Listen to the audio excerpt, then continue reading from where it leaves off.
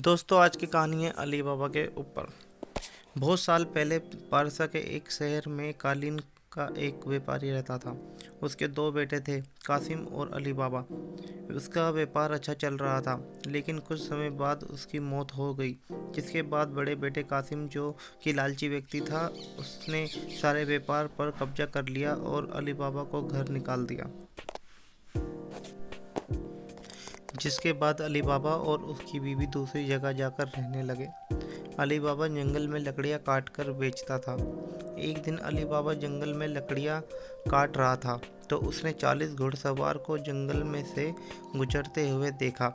वे एक पेड़ के पीछे छिपकर ये सब देख रहा था। समझ गया कि ये सब चोर हैं। वह उन सभी को देख ही रहा था कि वे सब 40 चोर एक छोटी पहाड़ी के सामने जाकर रुक गए। उन चोरों के सरदार ने पहाड़ी के सामने जाकर खुल जा सिमसिम बोला, जिसके बाद पहाड़ी में से एक खुफिया दरवाजा खुल गया और सारे चोर अंदर चले गए और वह दरवाजा बंद हो गया। ये सब देखकर अली बाबा बहुत हैरान हो गया। वे उस पहाड़ को ऐसे ही कुछ समय देख रहा था कि वह खुफिया दरवाजा फिर खुला और उसमें से 40 चोर निकले।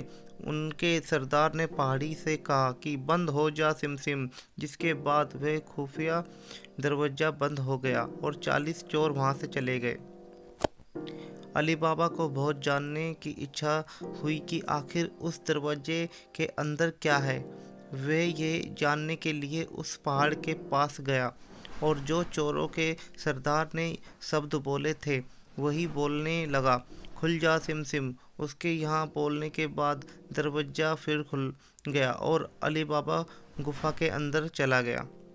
गुफा के अंदर अली बाबा ने जाकर देखा कि गुफा में बहुत सा सोना, चांदी, हीरे जवाहरात और सोने की सिक्के रखे थे।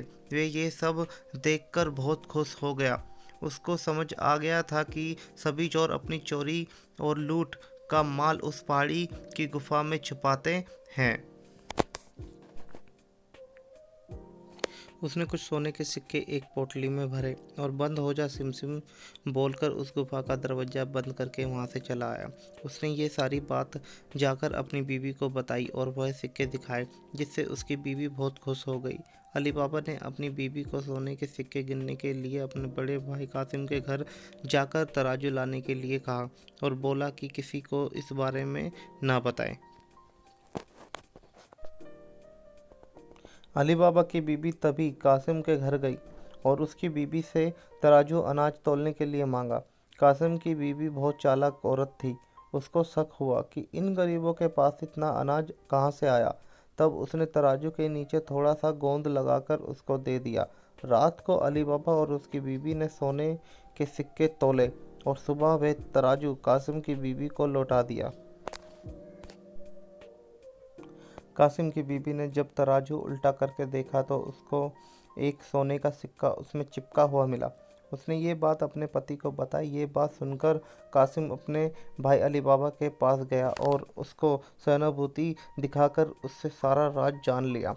अली बाबा ने उसको सारी बात बताने के साथ दरवाज़ा खोलने के लिए खुफिया शब्द खुल जा सिम भी बता दिया। कासिम ये सब जानकर अपने साथ कुछ खच्चरों को लेकर उसी पहाड़ी के पास चला गया। उसने खुल जा सिमसिम बोला और दरवाज़ा खुल गया। जिसके बाद वह उसके अंदर चला गया। उसने अंदर जाकर बहुत सारा खजाना देखा और उसने बहुत सारा खजाना भर लिया। लेकिन जैसे ही वे उस गुफा से निकलने के लिए वहाँ खुफिया शब्द बोलने लगा तो वह ये शब्द भूल चुका था,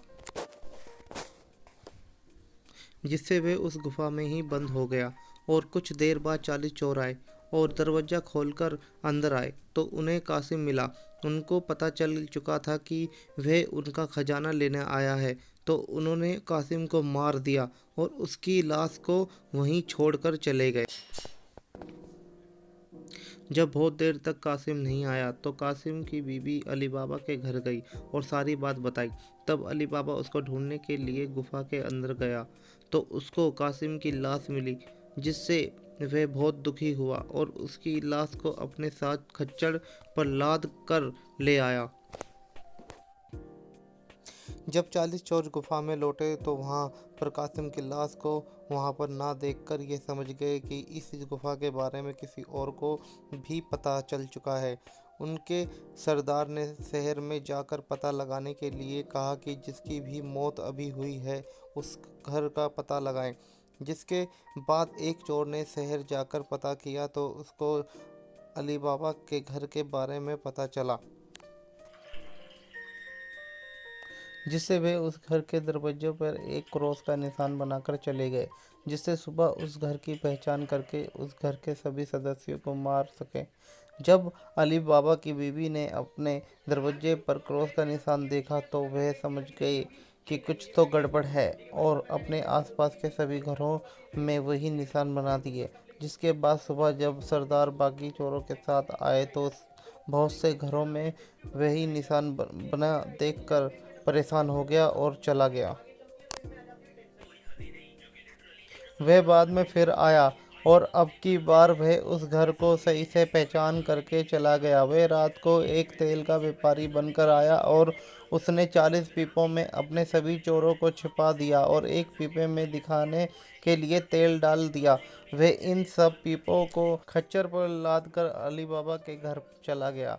उसने अली बाबा को खुद को तेल का व्यापारी बताकर रात में रुकने की जगह मांगी और तेल का भरा हुआ एक पीपा भी दिखाया।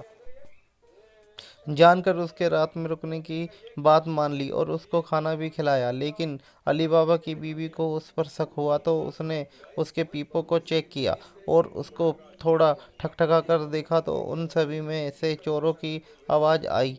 तब अली बाबा की बीवी ने तेल का भरा हुआ पीपा में से तेल लिया और उसको अच्छे से गर्म करके उन सभी 40 चोर वाले पीपों में डाल दिया, जिससे उन सभी चोरों की मौत हो गई। जब उनके सरदार ने रात में आकर अपने चोरों को बाहर निकालने की आवाज़ दी तो कोई आवाज़ नहीं आई, जिससे उसने पीपा खोलकर देखा तो सब चोर मरे हुए थे। ये देखकर वह बहुत डर गया कि अली बाबा उसको भी ना मार डाले। इसी डर के मारे वह वहाँ से भाग गया और बहुत दूर चला गया। सुबह अली बाबा की बीवी ने सारी बात अली बाबा को बताई।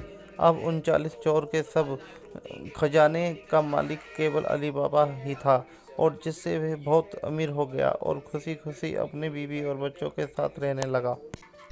दोस्तों, यहाँ ये कहानी समाप्त होती है। दोस्तों, अगर ये कहानी आपको पसंद आई है तो मुझे लाइक और सब्सक्राइब करें और जो मेरे चैनल पर पहली बार आए हैं मुझे सब्सक्राइब करना ना भूलें।